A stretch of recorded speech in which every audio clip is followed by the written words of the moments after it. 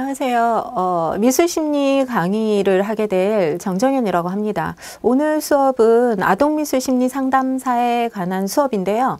아동미술이라는 것은 아동 대상으로 하기도 하지만 유아동이라고 하는 게 더 말이 맞을 것 같아요. 유아동은 대상을 보통 연령을 6살, 빠르면 5살, 5세부터 초등학교 한 6학년 정도로 잡는데요. 청소년기라고 또 그 대상을 얘기할 수도 있는데 보통 빠른 시기에는 4학년부터 오기도 하고 5학년부터는 초기 청소년이라고도 부르기도 해요. 근데 아동미술에서는 아동미술 그 대상은 6세부터 초등학교 6학년까지로 보고 있습니다. 그래서 그런 대상으로 하는 것이고, 요즘에는 연령이 많이 낮아져서 유아들도 보통 뭐 3살 영아기에서부터 받는 경우도 많아요. 그런 경우에는 놀이로 접근하는 것이 더 맞다고 볼 수 있습니다. 유아 6세부터는 대화를 언어로 상담을 하는 경우도 많긴 하지만 상담으로 하기에는 유아들은 언어 표현이 부족해서 비언어적으로 이렇게 표정으로 얘기한다던가 말로써 표현을 잘 안 하기 때문에 그런 점을 여러분들이 좀 유의하시면 되겠습니다.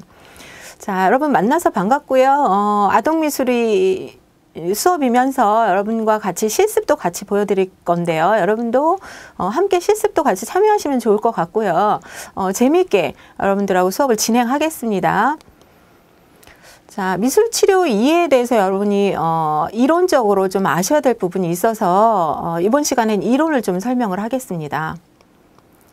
자, 미술치료의 목적, 미술치료의 목표, 필요성을 여러분들하고 보면 마음과 신체와 마음이 어려운 사람, 문제가 있는 사람, 내지는 진단을 받은 사람, 그런 대상으로 어려움을 겪고 있는 사람한테 미술로서, 미술 활동으로서 어떤 치료나 진단을 하는 것인데요. 그 진단이라고 한다면 우리나라에서는 의사의 진단이 있어야지만 장애나 어떠한 부분에 있어서 치료가 필요하다 이렇게 이야기를 하지요. 그래서 우리가 심리상담이라고 말을 하는데, 심리상담은 누구나 어려움을 겪을 수 있다. 누구나 지금 힘든 상황이 있을 수 있다고 말할 수 있습니다. 그래서 유아 같은 경우에는 그 힘든 것을 말로써 표현하기보다는 이 행동으로 보여지게 되죠. 그래서 그 행동을 부적응 행동이라고 이야기를 합니다. 그 부적응 행동이 있으면 처음에 최초로 힘들어하는 사람이 또 부모가 그 주양육자 엄마가 힘들어하죠. 그래서 아이는 부모와 아동 함께 상담을 받는 것이 효과적이다라고 볼 수 있습니다. 그러면 우리 유아 아동이 지금 행동으로 보여지는 그 어려움이 어떤 부분에서 왔냐를 봤을 때 부모의 그 양육 태도에 있어서 어려움이 있는 경우가 가장 많이 보일 수 있습니다. 그렇지만 부모는 내가 아이를 위해서 최선을 다해서 양육을 했는데 왜 우리 아이가 저런 행동을 보일까 하면서 굉장히 어려움을 호소하는 경우가 많습니다. 그래서 그것에 대해서 이 그림이나 아니면 점토로 조형활동이나 여러 가지 기법을 사용해서 매체를 통해서 기법을 사용해서 그 지금 아동이 왜 힘든지 왜 어려운지를 이 진단이라기보다는 평가할 수 있고 그것을 어떠한 것에 문제가 있는지 어려움이 있는지는 볼 수 있는 것을 그림을 통해서 한다고 볼 수 있습니다. 그래서 치료가 필요한지 아니면 이 상담으로서 그 문제를 해결할 수 있는지를 미술로서 알 수 있는 부분이라고 볼 수 있습니다. 그것이 미술치료 목적이라고 말할 수 있게 되겠습니다.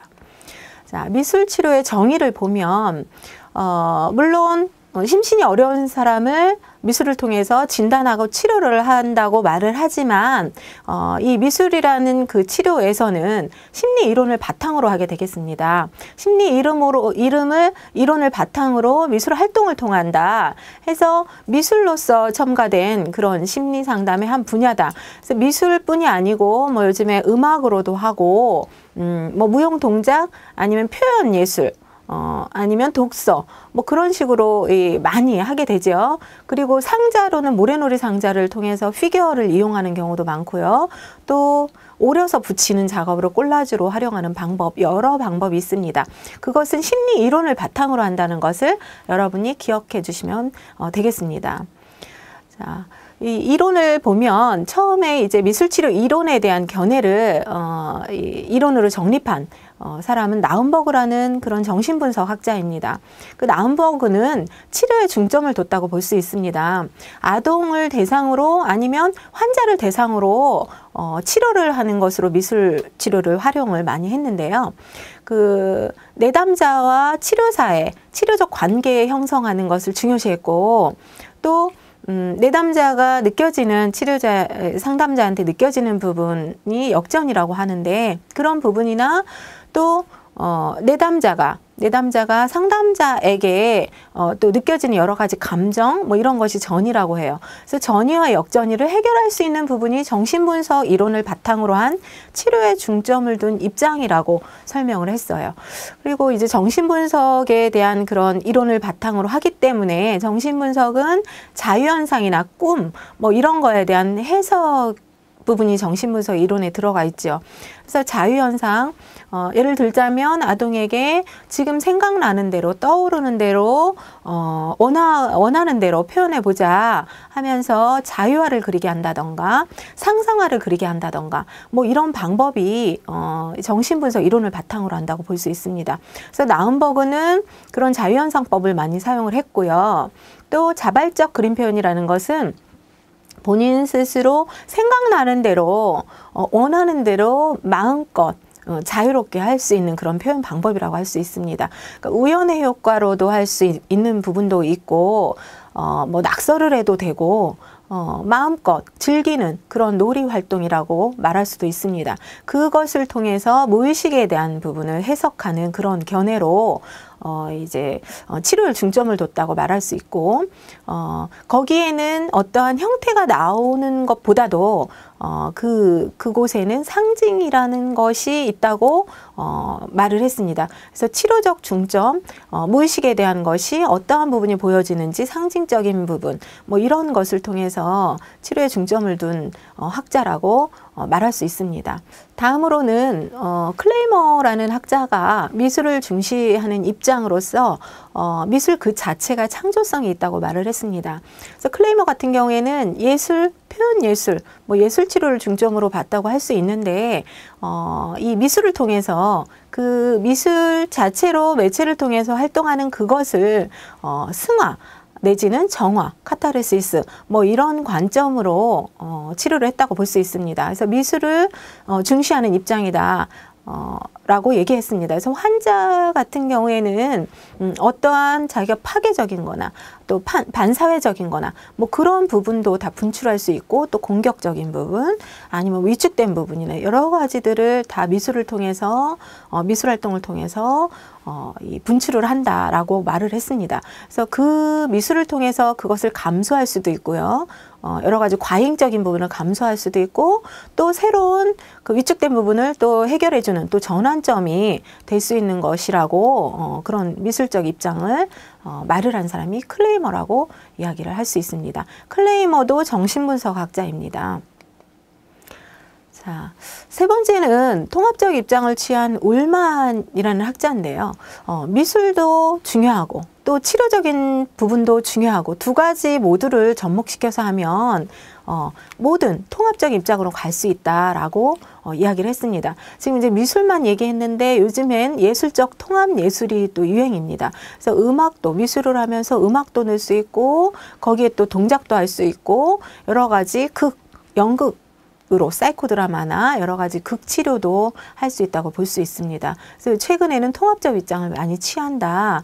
그러니까 사람에 따라서 내담자에 따라서 미술 활동을 너무 좋아하고 그것으로서 치료 효과가 크다면 미술을 중심으로 하는 그런 것을 하는 것이고, 또 환자의 경우에는 진단치료를 또 바탕으로 치료를 중심으로 하는 게 많죠.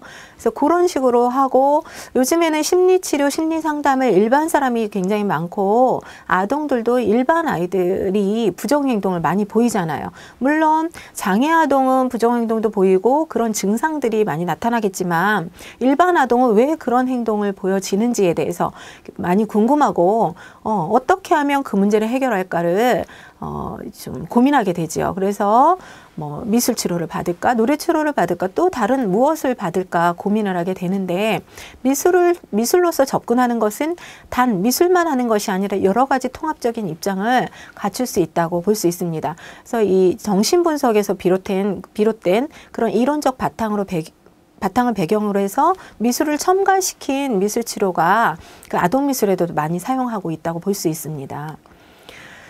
자, 그러면 여러분들이 가장 많이 궁금한 게 미술 교육과 미술 치료가 어떠한 차이점이 있느냐, 그걸 굉장히 궁금해 하시는데요.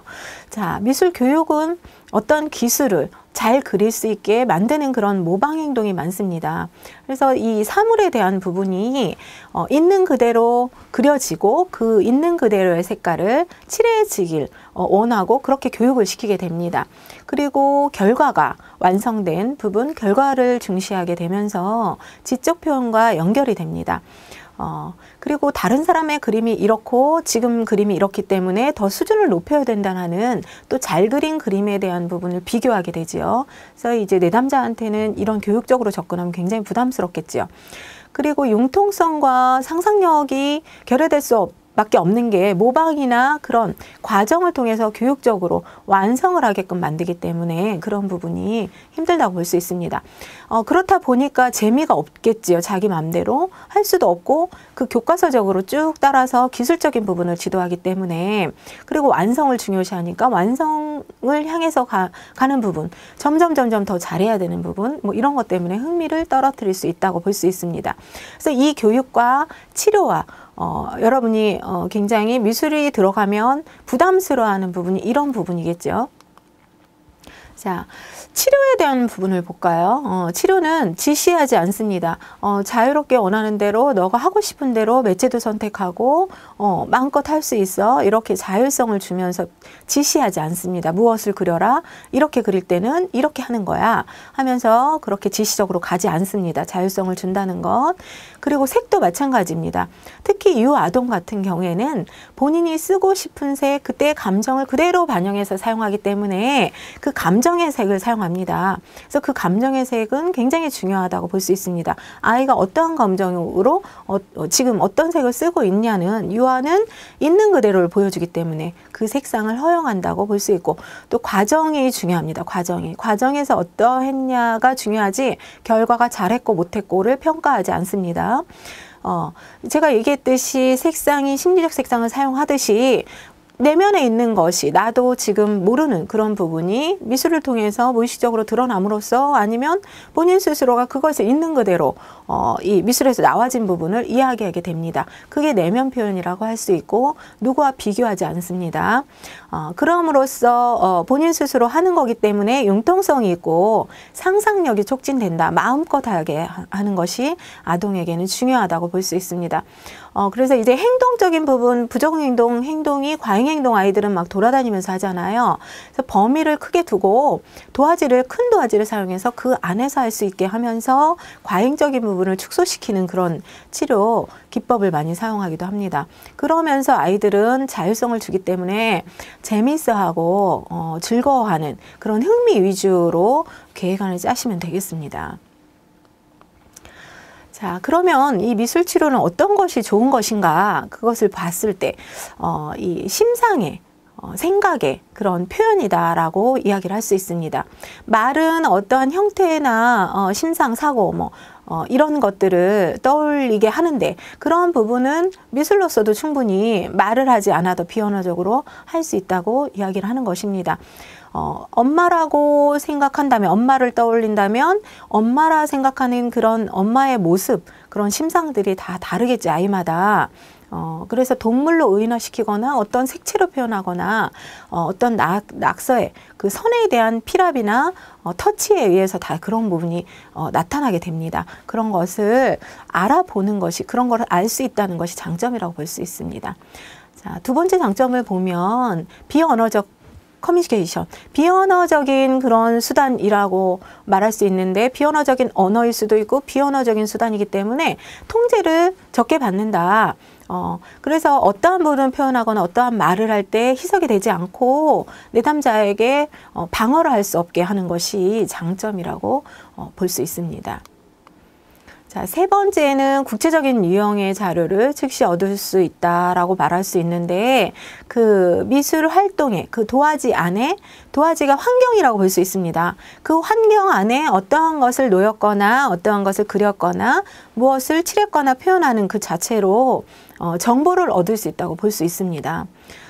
그래서 눈으로 볼 수 있고 만져볼 수 있는 자료가 뭐든지 내담자에게 생성돼서 그곳에 표현하고 있다고 말할 수 있게 되겠습니다. 자, 네 번째로는 자료의 영속성을 들 수 있습니다. 자료의 영속성은 여러 가지 매체를 통해서 거기에 나와지는 그런 영속성을 말할 수 있습니다. 그래서 자료의 영속성은 보관이 가능하다. 예를 들자면 말은 한 번 말해서 지나가 버리면 잊어버릴 수도 있고 그거에 대한 어떤 것을 보여줄 수 없지만 미술로서는 그 안에 다 모든 것이 다 들어 있습니다. 엄마에 대한 생각, 또 가족에 대한 부분, 몇 명인지, 이 아이가 그 가족을 또 나를 어떻게 생각하고 있는지 이런 부분 말을 안 해도 다 표현이 되기 때문에 거기에 이제 그 안에 들어있는 것이 보관할 수 있다. 그리고 내담자가 만든 그 작품에 또 필요한 시기가 또 있을 수 있습니다. 그거에 대해서 재검토하게 되는데 예를 들자면 치료사가 내담자와 아동과 같이 상담한 그런 내용과 여러 가지 상황을 피드백을 받거나 슈퍼비전 받거나 또다시 검토해서 그 아이가 지금 호소하는 문제가 이런 문제인데 그게 아닌 것 같다. 다시 한번 보고 판단해 보자. 아니면 지도교수나 어떤 슈퍼바이저에게 아니면 사례회의 때 그 부분을 검토하면서 잘 할 수 있도록 점검받는 것도 다시 재검토해서 볼 수 있는 부분이 장점이라고 볼 수 있습니다. 그래서 직접 슈퍼바이저 같은 경우에는 내담자를 만나지 않아도 그 그림에 대한 거나 여러 가지 설명, 그 아이의 행동들, 표정이나 제스처까지도 그런 부분, 눈 마주침 여러 가지 부분을 풀어서, 질적으로 풀어서 지도를 받거나 그 회의 때 그것을 보여주면 직접 내담자를 만나지 않아도 충분히 알 수 있는, 검토해보고 치료 효과를 높일 수 있는 그런 프로그램을 짤 수 있다고 볼 수 있습니다. 자, 다섯 번째로는 공간성을 지닌다고 말할 수 있습니다. 입체적인 것도 그렇지만 어떠한 화면에, 어떠한 도화지 위에 그 환경에 모든 것이 다 들어가 있기 때문에 그 안에 공간이 되어져 있습니다. 그래서 공간성을 지닌다. 이 본질적으로 그 공간적인 것이 미술이라는 것인데 보통 시간이 50분이나 1시간 정도 잡는데요. 아이들은 특히 유아 같은 경우에는 집중 시간이 짧게 되겠습니다. 그래서 그 집중 시간 내에 어떤 아이는 30분 안에 끝날 수 있고 어떤 아동은 더 길게 갈 수도 있고 그런 부분도 관찰을 통해서 조절을 해줄 수 있는 부분입니다. 그래서 어떤 아이는 빨리 끝나면서 또 다른 걸 하고 싶어 하고 또 매체도 새로운 매체를 사용하고 싶어 하고 본인이 원하는 걸 하고 싶어 하고 그런 변수가 많습니다. 이 아동은 그날 기분에 따라서 그런 것들이 달라질 수 있다고 볼 수 있습니다. 그래서 그런 것을 잘 반영을 해서 여러분들이 아동 상담을 하면 되겠습니다. 그래서 이 공간에서 어떤 연관성이 있는지를 발견을 해서 그 연관성을 찾아가는 것도 여러분의 그런 상담에서 필요한 그런 관찰력이라고 할 수 있습니다. 때로는 그 공간 안에 또 부모와 함께 해서 부모 참여를 시켜서 같이 할 수 있는 것도 필요하다고 볼 수 있습니다. 한 3학년, 4학년 정도 되면 부모와 함께 하는 걸 원하지 않지만 그 이전에 좀 어린 또 유아 같은 경우에는 부모와 함께 하는 것도 괜찮은 방법이라고 볼 수 있습니다. 청소년기에 접어들면 본인의 비밀적인 부분이나 독립적으로 나가고 싶어하는 또 또래 집 단계도 마찬가지고요. 그때는 그렇게 하고 싶어 하지만 부모와 분리돼서 초기에 상담자를 만나서 어떤 것을 미술을 통해서 상담을 한다는 그 자체가 미술도 부담스러워하는 아동도 있을 뿐더러 또 상담 자체가 그곳에서 드러나는 부분을 또 이야기하고 보여지는 부분에 대해서 힘들어하는 경우가 생깁니다. 적응하는데 친밀감이나 여러 가지 라포 형성에 있어서 그럴 때는 부모도 같이 참여해서 자연스럽게 친밀한 관계를 유지하면서 상담자와 친해지는 시간도 갖는 것도 괜찮은 방법이라고 생각합니다. 그러니까 아동에 따라서 그런 부분이 여러분이 가져야 되는 그런 전문성이고 많은 경험을 통해서 알 수 있는 부분이겠죠. 자, 6번째로는 미술은 창조성과 신체적 에너지를 유발한다. 어떠한 작업을 통해서, 미술 작업을 통해서 거기에서 나와지는 그런 우연의 효과로 상징이나 그런 효과성을 볼 수 있는데 그게 예술적으로 승화시키는 거죠. 어떠한 작품이 뭐 추상적이건 형태가 나오지 않더라도 본인 스스로는 만족하고 성취감을 느끼면서 자존감이 올라간다고 볼 수 있습니다. 그래서 가위 뭐 오려서 붙이거나 점토를 두들기거나 만지거나 이렇게 뭉치거나 여러 가지의 그런 에너지를 유발한다고 볼 수 있습니다. 그래서 이런 장점은 비록 아동뿐이 아니고 청소년에게도 우울하거나 무기력한 아이들한테도 이런 에너지를 줄 수 있고요. 특히나 장애 아동이나 노인 같은 경우에는 작업을 통해서 이런 신체적 에너지나 그런 조작적인 부분 작업 치료까지도 이 효과가 있다고 볼 수 있습니다. 그래서 미술 치료에서 신체적 에너지 유발한다는 것은 촉진시키는 것으로 굉장히 중요하다고 볼 수 있습니다. 근데 이제 과잉 행동 아이들은 좀 낮춰야 되는 부분이라 미술로서 힘을 빼주는 어떤 단단한 점토를 사용하거나 조작적인 부분을 좀 약간 복잡하고 조작적인 부분을 하다 보면 과잉적인 부분이 축소될 수 있다고 볼 수 있습니다. 그런 축소나 위축된 것을 촉진하는 것이나 과잉 에너지가 높은 사람을 통제하거나 그런 촉진과 통제가 굉장한 이 효과성을 볼 수 있는 미술치료의 장점이라고 볼 수 있습니다.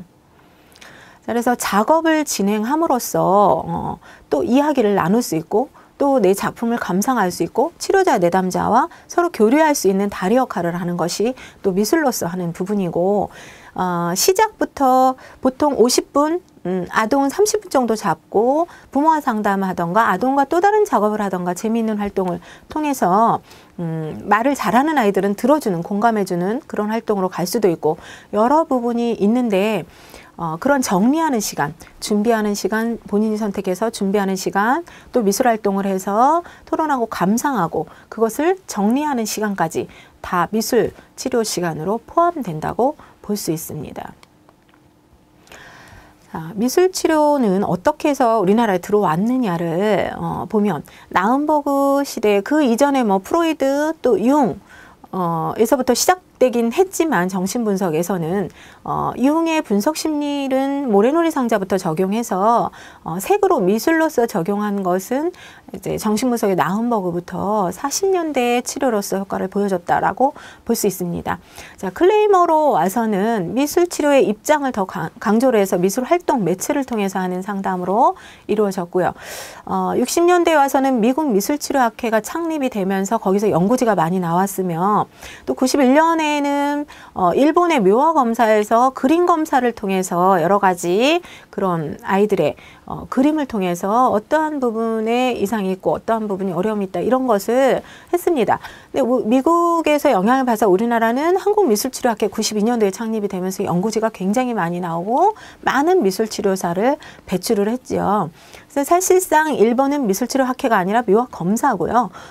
이 미국에서 직접적으로 받아들였다고 볼 수 있습니다. 선행 연구를 미국에서 많이 해서 우리가 연구지가 많이 나왔기 때문에 그래서 이 그림 검사를 통해서 하는 것은 물론 미국에서도 있었고 일본에서도 있었지만 우리는 통합적 입장으로 지금 하고 있다는 것을 여러분이 이제 기억하시면 되겠습니다.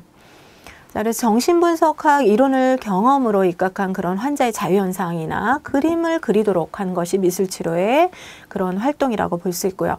어떤 연구지나 학술지 내지는 원래 세미나나 국제학술대회나 이런 연수를 통해서 많은 임상 전문가들이 연구를 했다는 것이지요. 자, 어떠한 내담자에게 적용을 했냐면 환자에게 많이 적용을 했습니다. 사실은 진단받은 사람에게 적용을 했지요. 근데 지금은 진단받은 사람한테만 하는 것이 아니라 일반 내담자에게도 많이 미술치료가 되고 있고 특히나 어린 연령의 아이들한테는 미술치료가 많이 효과적이라고 볼 수 있습니다. 시각장애나 자폐, 학습, 청각장애, 또 지체, 정신지체, 이 정서장애나 행동장애, 정서행동장애라고 얘기하는데요. 그리고 언어, 여러 가지 발달장애를 보여주는 중복장애도 많습니다. 그런 사람들한테 적용을 합니다. 자, 그래서 정신분열증, 우울증은 정신과적인 진단에 대한 부분이죠. 그래서 약물과 더불어 심리치료, 미술치료를 받아야 되는 것입니다. 미술치료만 받고 약물치료를 하지 않으면 이 효과성이 좀 떨어집니다. 그래서 진단받은 사람들은 약물과 병행해서 한다는 그런 부분도 여러분이 기억하셔야 되겠습니다. 자, 이 성폭력이나 가정폭력이 많지요. 그 폭력적인 그런 부분에 있어서도 법원에서 이제 가사 조정, 가사 상담으로서도 많이 들어가 있습니다. 상담은. 그리고 학교에서도 학교폭력이 많죠. 학교폭력 아이들도 가해자, 피해자 다 상담을 받게 돼 있습니다. 그래서 그런 부분에 있어서도 적용을 하는 것이고, 절도나 이런 부분에 이 청소년 상담이 많이 하고 있습니다. 미술치료를. 자, 요즘에 최근에 이혼 부부도 많고요. 근친상간, 또 가족 관계에 있어서 서로 어려움이 있음으로써 이제 대화가 단절되는 이런 부분, 가족 관계 개선이나 그런 성폭력이나 그런 부분에 있어서 미술치료를 많이 받고 있습니다. 시의 건강가정지원센터나 여러 기관에서 미술치료를 받게 서비스가 많이 지원되고 있습니다. 자, 신체가 물론 아픈 사람 환자들도 이 병원에서 또 적용을 하고 있고요. 최근에 인구가 많이 늘어났는데요. 노인 상담에서 미술치료가 빠질 수는 없습니다. 작업이나 재활로서 인지가 떨어지고 하는 데서도 인지치료도 들어갈 수도 있고, 이 기능에 대한, 이 손근육에 대한 그런 것도 많은 도움을 줄 수 있습니다. 미술치료가. 미술치료실의 환경을 보면요. 미술치료에 있어서 중요한 두 가지 요소가 있는데요. 물리적 환경과 또 재료가 있습니다. 이 재료는 미술치료실의 아동에게는 어떠한 그런 환경에 자율적인 그런 치유 공간에 대한 편안한 환경이 돼야 되겠지요. 그래서 적당히 채광이 이루어지고 공간도 적당한 크기라고 했는데, 지금 보여지는 것처럼 사물함과 이 의자 있는 것과 의자 없는 것을 사용하는데, 의자 없는 것은 저학년에게 적당합니다. 그래서 눈높이를 맞춰서 치료자도 같은 눈높이로 바닥에 앉아서 하는 게 좋고, 매트도 있어야 됩니다. 그리고 의자는 조금 큰 아동들에게 사용하는 것이 좋고요. 이 어린아이들은 매트가 적당하다고 볼 수 있습니다. 그리고 잘 보이실지 모르겠지만 싱크대가 치료실 안에 들어와 있습니다. 이 밖으로 왔다 갔다 하는 것보다 안에 싱크대가 있어야지만 물도 뜰 수 있고, 그것까지 정리하는 것까지 밖에 나가지 않는 그 안에 공간에서 다 해결할 수 있기 때문에 산만한 거나 여러 가지 그런 부분을 이제 잘 활용할 수 있는 거죠. 그래서 이제 이 제작자, 내담자가 제작한 것의 작품 사이의 그런 물리적인 연관성도 물리적 환경이라고 볼 수 있습니다. 자, 치료 시간 구성인데요. 치료 시간은 50분 정도로 잡지만 아동은 한 30분 내외가 적당하다고 볼 수 있습니다. 그래서 치료 기간과 그런 빈도, 매체가 어떤 것을 사용할 것인지, 그런 특정한 활동은 무엇인지, 치료 종료는 언제 할 것인지, 이런 계획을 세우는 것이 중요하겠고요. 그런 계획을 세웠으면 계획대로 이제 해 나가는데, 주제는, 목표는 같지만 매체는 달라질 수가 있다고 볼 수 있습니다. 아동에 따라서 그날 기분에 따라서 변수가 생긴다는 것을 여러분이 기억하시면 되겠습니다. 아동 미술은 다른 대상하고 차이가 있다는 것을 여러분이 알아두시면 되겠습니다. 그래서 제한 시간을 두어야 할 경우 개인이나 집단이냐에 따라 좀 달라질 수 있고, 집단은 여러 명이기 때문에 시간이 좀 길어지고요. 그런 경우도 여러분이 잘 고려해 봐야 되겠습니다. 자, 흥미와 재밌는 그런 것이어야지 아이들이 굉장히 그 시간 동안 충분히 활용을 하겠죠. 상담으로 적용하는 것보다는 아이들하고 놀이 활동으로 접근하는 것이 훨씬 더 이 치료 효과성이 높다고 볼 수 있습니다. 아이들 그림에서 꼭 말을 하지 않아도 그림에서 다 나타나는 부분이 많기 때문에, 그래서 이런 시간과 어떤 끝내야 될 것을 미리 얘기해 주는 것이 아이들한테 도움이 되겠습니다. 어느 정도 친밀해지고 관계가 길어지면 아이들이 이렇게 정이 들어서 헤어지는 것에 대한 부분도 아이들은 어른과 달라서 상처받을 수 있기 때문에 준비할 시간이 필요하다고 볼 수 있습니다.